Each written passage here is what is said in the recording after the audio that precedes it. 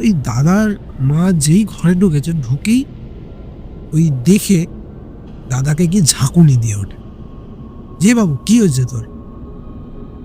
বলছে মা ওকে চলে যেতে বলো, কালকে থেকে আমার সাথে দেখা করছে। কি ও আমি জানি না, একটু আগে ও আমার পাশ দিয়ে দৌড়াচ্ছিল। বৃহস্পতিবার আর রবিবার সন্ধে 6টা মানে রাতের আড্ডার রোমাঞ্চকর গল্পের সময়, যে গল্প তোমাদের অনুভব করাবে কল্পনার সেই জগৎ যেখানে আলো নিভে যায় আর শুরু হয় গল্প।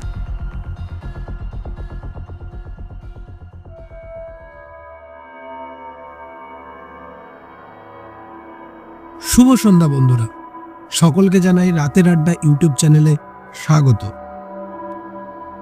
আজকে আমি আছি শুভ, আর আমার সাথে সকল টিম মেম্বাররাও রয়েছে। আশা করি সবাই আপনারা ভালো আছেন। এই যে ডিসেম্বর জানুয়ারি মাসটা খুব ঠান্ডাকালীন সময়, তো সবাই সাবধানেই থাকবেন। আমার আজকে একটু ঠান্ডা লেগেছে, আশা করি আপনারা বুঝতে পারছেন। তো যদি কোনো ভুল ত্রুটি হয় মাপ চোখে দেখবেন। তাহলে চলুন আজকের গল্পটি শুরু করা যাক।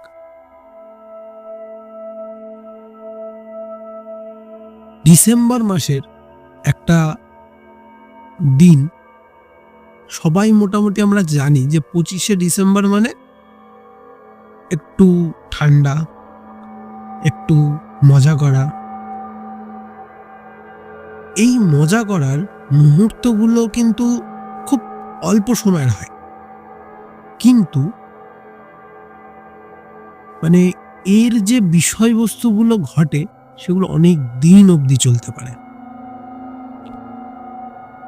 যেমন আমারই এক সম্পর্কের দাদা, তার এক টিউশন বাড়িতে গিয়ে যে পরিণতি হয়, সেই পরিণতিটা খুবই মর্মান্তিক। দাদাটা টিউশন করা তো বলতে পারো তোমরা 4-5 বছর ধরে। এই যে 4-5 বছর ধরে যে টিউশন করাচ্ছে, ও প্রাইভেটে মানে হয় না গ্রুপ ব্যাচ হিসাবে আবার প্রাইভেটলি গিয়ে করাতে, তো একটা বাড়িতে প্রাইভেটলি ভাবে করাতো।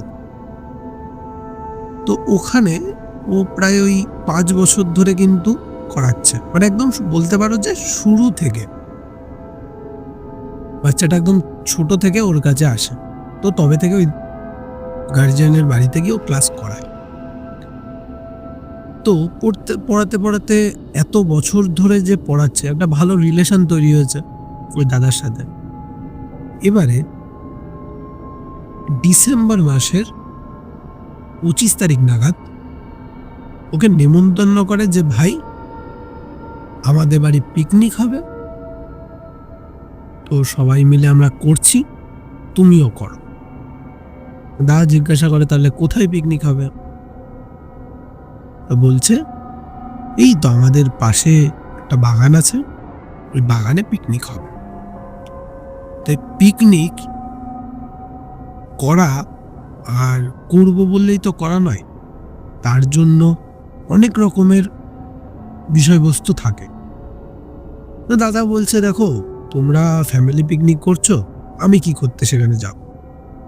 তা বলছে আরে তুইও তো আমাদের ফ্যামিলির মধ্যে পড়িস, এত বছর ধরে ভাইকে পড়াচ্ছিস, তুই আয় না, তোর কোনো দায়িত্ব নিতে হবে না, তুই আসবি। মানে ওই গার্জিয়ান বলে ওকে তোর কোনো চিন্তা করতে হবে, তুই আসবি, আমাদের সাথে পিকনিক করবি, দেন চলে যাস। তখন বলে ঠিক আছে তাহলে আমি দেখছি। তো তারপরে ওদের সাথে কথা হয়, কিছু টাকাও বলেছিল যে দিচ্ছি তোমরা নাও। তা বলে একজনের জন্য তোর আর কি নিতে হবে, এখন দিতে হবে না, পরে দিস। তা মজা করেই বলে ঠিক আছে তোকে যখন মাসের মাইনে দেবো তখন কেটে নেব। তা দাদা বলে ঠিক আছে কোনো অসুবিধা নেই, আমি করছি তোমাদের সাথে পিকনিক।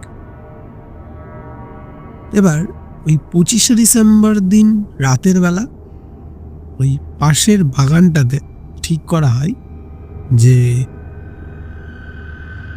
ওদের বাড়ির 10 জন, ওই দাদা 11 জন।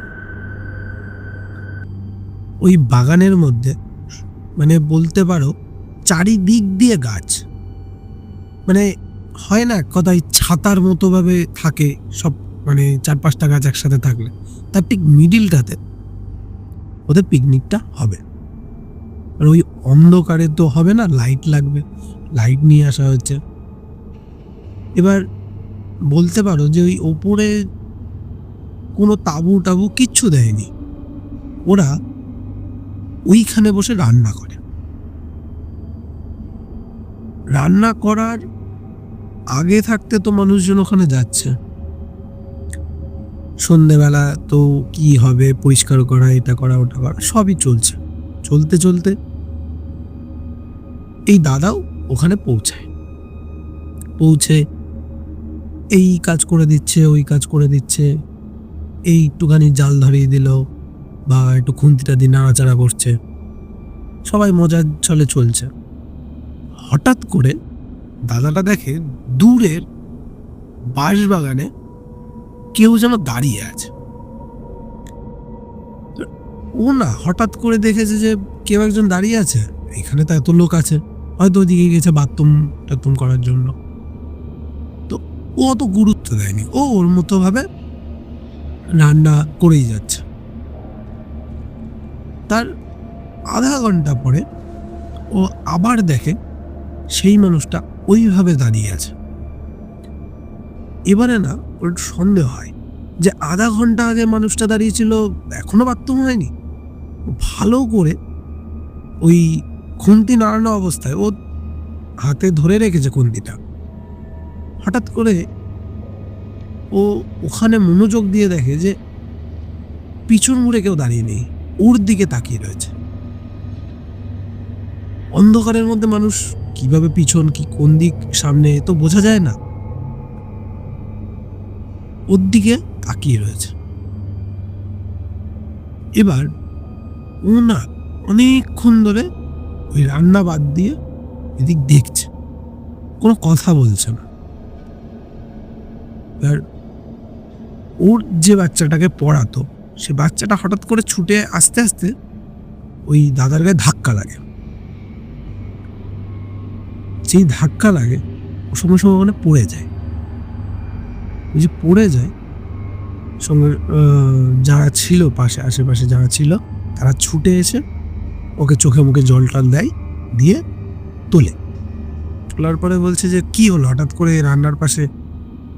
তার যারা বড়রা রয়েছে তারা বললো অনেকক্ষণ ধরে রান্না করছে তো ওই জন্য হয়তো মাথাটা ঘুরে গেছে। বলছে না, আমার মাথা ঘোরেনি, আমি আধা ঘন্টা ধরে একটা মানুষকে দেখছি যে ওখানে দাঁড়িয়ে আছে। সেই মানুষটার ওই মানে মুখের মধ্যে এমন কিছু ছিল যেটা আমি তাকিয়েছিলাম, আর আমি জানি না কতক্ষণ ধরে আমি তাকিয়েছিলাম। আমি কিভাবে একটা পড়ে গেলাম, একটা ধাক্কা লাগলো, পড়ে গেলাম। সঙ্গে সঙ্গে ওই বাচ্চাটা সবার মধ্যখান থেকে উঠে এসে বলছে, দাদা ভাই আমার সাথে তোমার ধাক্কা লেগেছে। তো ওই ধাক্কা লাগার পরে আমি পড়ে যাই। এবার সবাই বলছে যে ওখানে কে যাবে ওই অন্ধকারে বাঁশবাগানে? বলছে না, ওখানে আমি তো দেখেছি কাউকে। এবার কয়েকজন ওখান থেকে উঠে দেখতে যায় যে বাঁশবাগানের ওখানে কে দাঁড়িয়ে আছে। তো গিয়ে খোঁজা টোজা হয়েছে, লাইট টাইট মেরেছে, কেউ কাউকে দেখতে পায়নি। এবার এসে বলছে না, তুমি হয়তো অনেকক্ষণ ধরে রান্না করছো ওই জন্য তোমার এটা সমস্যা হচ্ছে, কোনো অসুবিধা নেই, চলো তোমাকে রান্না করতে হবে না, তুমি বসো, আমরা দেখে নিচ্ছি। তো আর যারা ছিল তারা রান্নার দিকে মনোযোগ দেয়। ওই দাদা চুপচাপ বসে থাকে ওখানে, গাছের গোড়ায় হেলান দিয়ে বসে থাকে। এবার ও না ওইক্ষণ থেকে ও ভেবে যাচ্ছে যেটা আমি কি দেখলাম, আধা ঘন্টা ধরে একটা মানুষ কিভাবে ওরকম ভাবে দাঁড়িয়ে থাকতে পারে? মানুষ যে নড়বে সেটাও তো বোঝা যাবে, সেটাও নয়। তাহলে কি হচ্ছে, কে ছিল? ওর মাথার মধ্যে এটা ঘোরে। তারপরে সবাই খাওয়া দাওয়া হচ্ছে, বসেছে খেতে। ও খেতে বসে ও খেতে খেতে দেখে মানে হঠাৎ করে ওর মাথাটা ও উপরে তোলে। উপরে যেই তুলেছে সঙ্গে সঙ্গে দেখে ওই মানুষটাই ওর দিকে তাকিয়ে রয়েছে, উল্টোভাবে তাকিয়ে রয়েছে। ও ওখানেই বাবা গো মা গো বলে চেঁচিয়ে ওঠে। সবাই মিলে তখন খাওয়ার মধ্যিখানে কি হয়েছে এসে বলে যে ও আর তখন আর কোনো কথা বলতে পারে না, ও শুধু হাতটা ওপরের দিকে তোলে। সবাই ভেবেছে ও তাহলে কিছু একটা ভয়টাই পেয়েছে, রাতের বেলা পিকনিক করছে, একটা ছেলে এসেছে। ওকে ওখান থেকে ধরে বেঁধে নিয়ে আসা হয়। এবার পিকনিক ওখানেই বন্ধ হয়। যারা যা খেলো, কোনো রকমে খেয়ে দিয়ে সবাই বাড়ি চলে আসে গুটিয়ে। এবার ওই দাদা সেদিন রাতে আর বাড়ি ফিরতে পারে না, কারণ এত কিছু হচ্ছে, ওকে আর কেউ ছাড়ে না। তো ওই দিন রাতের বেলা ও থেকে পরের দিন সকালেও ওদের বাড়ি উঠে ফ্রেশ হয়, তারপরেও বাড়ি আসে। এই যে বাড়ি আসছে দিনের বেলা, ও দেখছে যে ওর সাথে সাথে কেউ একজন চলছে। ওর সাইকেল যেমন ভাবে চালাচ্ছে, ওর পাশ দিয়ে কেউ একজন হেঁটে হেঁটে যাচ্ছে। ও না আর কোনোভাবে সাইকেলটা চালাতে পারে না। পাশে এক জায়গায় সাইকেলটাকে দাঁড় করি ও ঠান্ডা মাথায় ভাবে যে হয়তো সত্যি আমি কোনো কিছু ভুল দেখছি। আগের দিন ওরকম হলো, মাথার উপরে কেউ একজন ছিল, আমার সাথে সাথে কি দৌড়াতে পারে, আমি তো সাইকেল চালাচ্ছি। ও না আর কিছু ভেবে পায় না, ও ওইখানেই বসে থাকে। ওই দাদার এক কাকা পাশ থেকে যাচ্ছিল, যেতে গিয়ে দেখে যে ভাইপো বসে রয়েছে। তো ওই দাদাকে ডাক দেয় যে কিরে বাবু, এখানে বসে রয়েছিস কেন? বলে কাকা আমি না বাড়ি যেতে পারছি না। বলছে কেন, কি হয়েছে? বলছে না গো, আমার সাথে না কেমন একটা হচ্ছে। কি হচ্ছে, শরীর খারাপ লাগছে? বলছে না, আমি না কালকে আমার একটা পিকনিক ছিল, ওখান থেকে আসার পথে আমি না কাউকে দেখছি যে আমার সাথে সাথে দৌড়াচ্ছে, আমার সাথে সাথে কেউ একটা দৌড়াচ্ছে। আর পিকনিকেও না কাউকে আমি দেখেছিলাম যে আমাকে হয়তো ফলো করছে। তো বলছে হট, এটা হতে পারে না, তুই চল আমার সাথে, বাড়ি চল। ওসব কিছু না, হয়তো তোরা নেশা করেছিলি, অল্প বয়সের ছেলে। বলছে কি বলো কাকা, আমি নেশা করি নাকি? বলছে আরে তুই চল, অত কিছু তোর বুঝতে হবে না, চল বাড়ি চল। তোকে বাড়ি নিয়ে আসে। তো বাড়ি এসে ওই কাকা ওর মাকে বলে যে বৌদি, ভাই পড়ে না কিছুতে একটা ধরেছে। কেননা ও রাস্তায় বসেছিল, আর ও কিছু কিছু তো বলছে যেগুলো আমি কিছুটা ইঙ্গিত করতে পেরেছি। কিন্তু তুমি না একটা কাজ করো, কাউকে একটা দেখাও, ওকে ঝাড়াও। দেখো ওরা হচ্ছে একালের ছেলে, তো ওরা ওসব মানবে না, এখন ওদের রক্ত গরম। তুমি বা আমি তো বুঝবো কি হতে পারে না হতে পারে। তখন ওর মা বলে যে হ্যাঁ, ও তো পিকনিক ছিল, পিকনিকে গিয়ে কি হয়েছে তোমাকে কিছু বলেছে?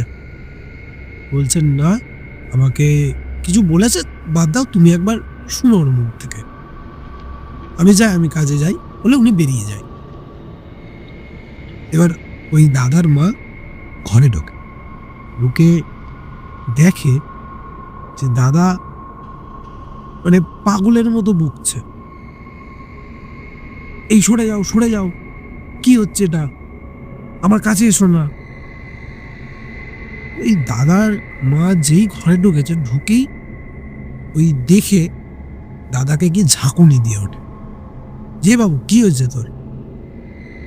তো বলছে মা ওকে চলে যেতে বলো, ও কালকে থেকে আমার সাথে দেখা করছে, কি ও আমি জানি না, একটু আগে ও আমার পাশ দিয়ে দৌড়াচ্ছিল।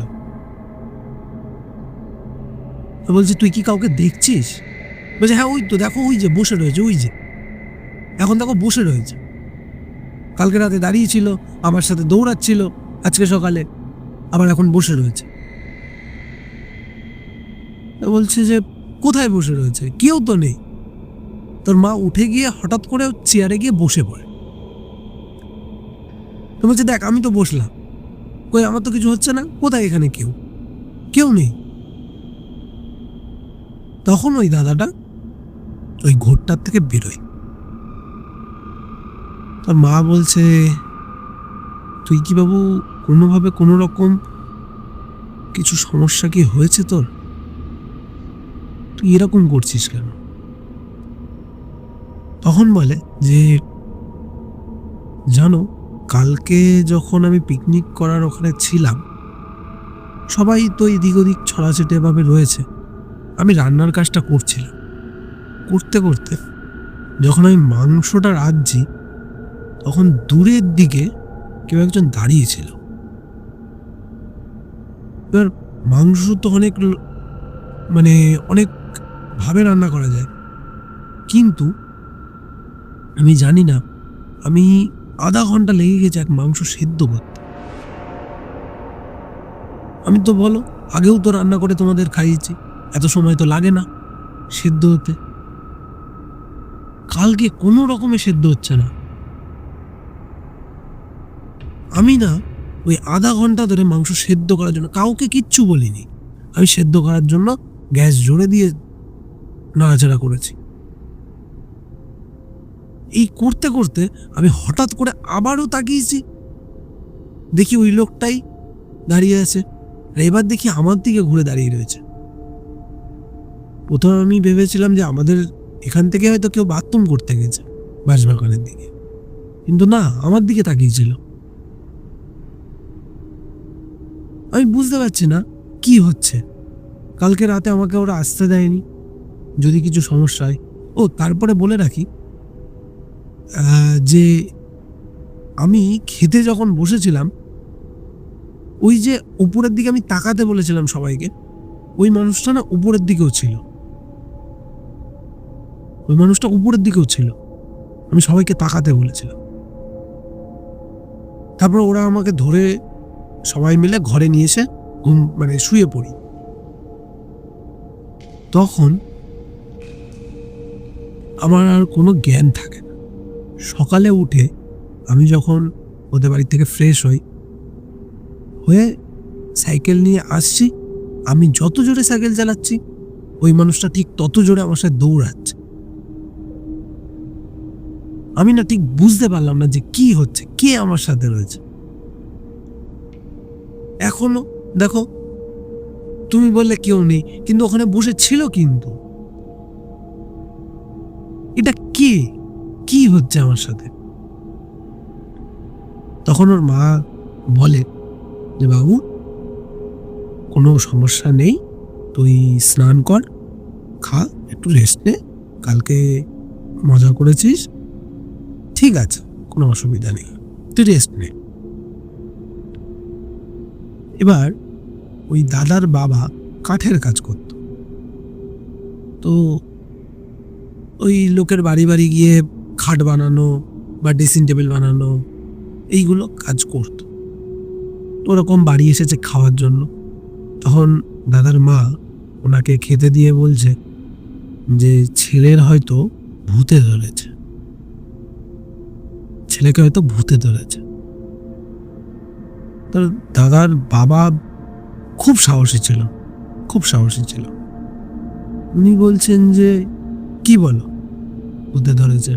বলছে হ্যাঁ, ওর সাথে কিছু কিছু জিনিস ঘটেছে আমার মনে হয়েছে ভূতে ধরেছে, তুমি কি একটু দেখবে? তাই দাদার বাবা গিয়ে দেখে যে ও ঘুমাচ্ছে। বলছে ও তখন ঘুমাচ্ছে, ছাড়া বাদ দাও, আমি দেখছি কাউকে পাওয়া যায় কিনা। এবারে ওই দাদার বাবার সাথে কাজ করতে একজন ছিল, তিনি আবার এই যে ধরো ঝাড়ানো বা কারোর কিছু টোটকা দরকার হয়, তাদেরকে উনি ওই জিনিসগুলো দেয়। তো উনি খেয়ে দিয়ে ওখানে যায়, গিয়ে কাজ করতে করতে বলে যে দাদা জানো তো আমার ছেলের না হয়তো ভূতে ধরেছে। তো বলছে ভূতে ধরেছে কেন, কি কি করছে বলো তো? তো বলছে ওর কালকে পিকনিক ছিল, ওর মা বলছিল যে ও নাকি কাকে দেখছে বা ওর সাথে নাকি কেউ দৌড়াচ্ছে। আচ্ছা বুঝলাম। তো বলছে কি হয়েছে বলো তো? বলছে কালকের দিনটা 25শে ডিসেম্বর ছিল না? বলছে হ্যাঁ। আর ও তো কি করছিল? বলছে তো ওখানে থাকলে যা হয় আমি তার ওটা বলতে পারবো না। তা বলছে যে হয়তো রান্না করছিল। ও যাকে যাকে যাকে দেখেছে সে ওর কাছে ওই খাবারের ভাগ চাইতে এসেছিল,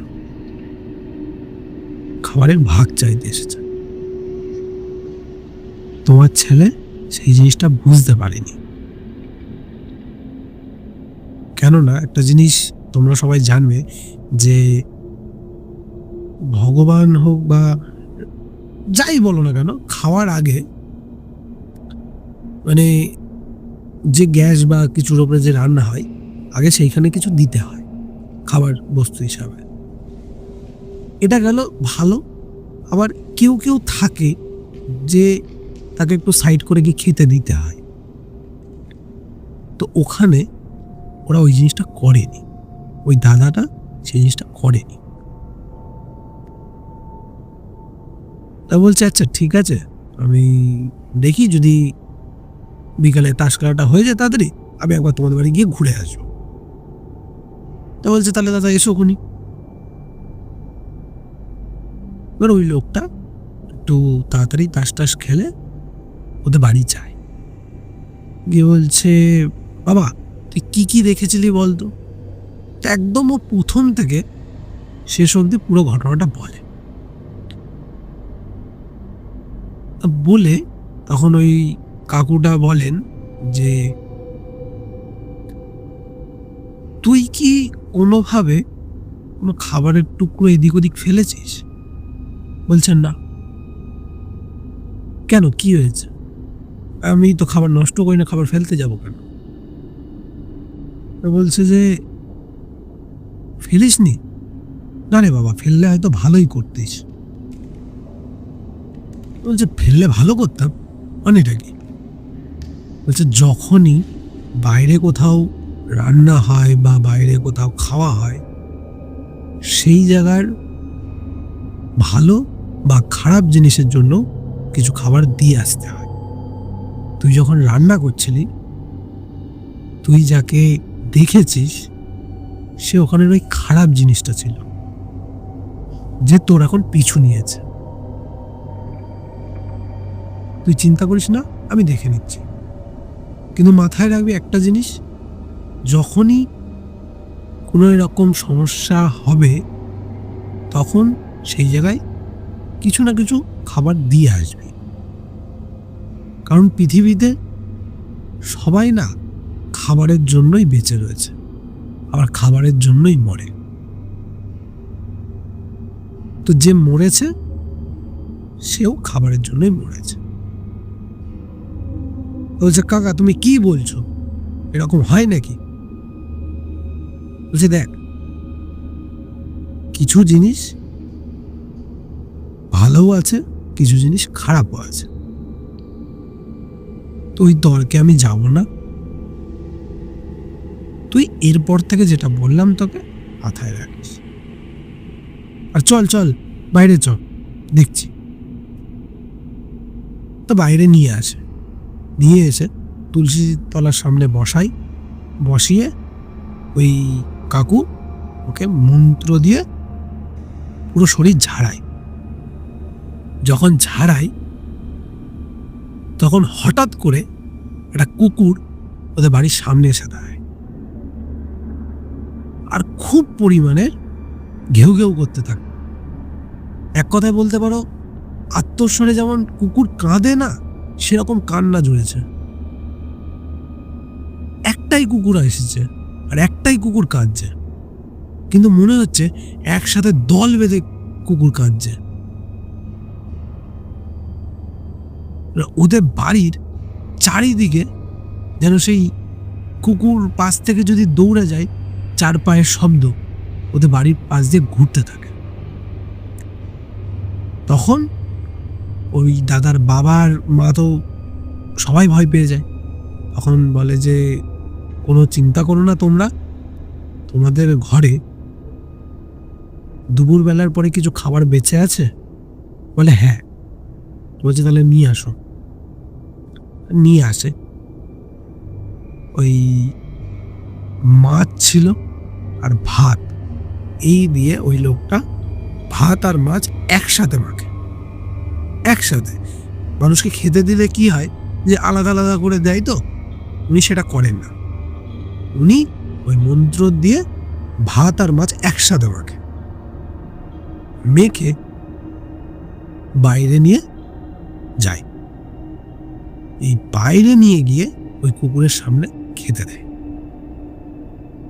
আর বলে আসে যে ও যে ভুলটা করেছে সেই ভুলটা আর কখনো হবে না। তুমি যেখান থেকে এসেছো সেখানেই ফিরে যাও। ওই বলে উনি আর পিছন ঘুরে না তাকিয়ে ঘরে উঠে আসে। এসে হাত পা ধুয়ে সবাইকে বলে যে যাও, তোমরা এখন ঠিকঠাক ভাবেই চলো, কোনো অসুবিধা আর হবে না। যে ওর সাথে আসছিল বা এসেছিল শুধু খাওয়ার জন্য আসছিল, আর তোমার ছেলে এই জিনিসটা বুঝতে পারেনি, ওই জন্য এত সমস্যা। আজ ওর হয়ে আমি সেই খাবারটা তাকে দিয়ে আসলাম। তোমাদের আর কোনো চিন্তা নেই, তোমরা এবার নিশ্চিন্তে থাকো। আর ওই দাদাটাকেও শেষবারের মতো বলে যায় যে বাবা দেখ, তর্ক করলে অনেক দূর যাবে, কিন্তু একটা কথা মাথায় রাখ, যখন তুই খাবি তখন একটু হলেও পাতের পাশে অন্তত ফেলে রাখিস। তারপর থেকে ওই দাদাও পাতের পাশে খাবারটা রাখে। এই গল্পটাও আমাকে বলল। তো গল্পটা তোমরা সবাই শুনলে কেমন লাগলো কমেন্টে অবশ্যই জানিও। আর তোমাদের কাছেও যদি গল্প থেকে থাকে তাহলে আমাদের রাতের আড্ডা ইউটিউব চ্যানেলে জানাতে পারো। ধন্যবাদ।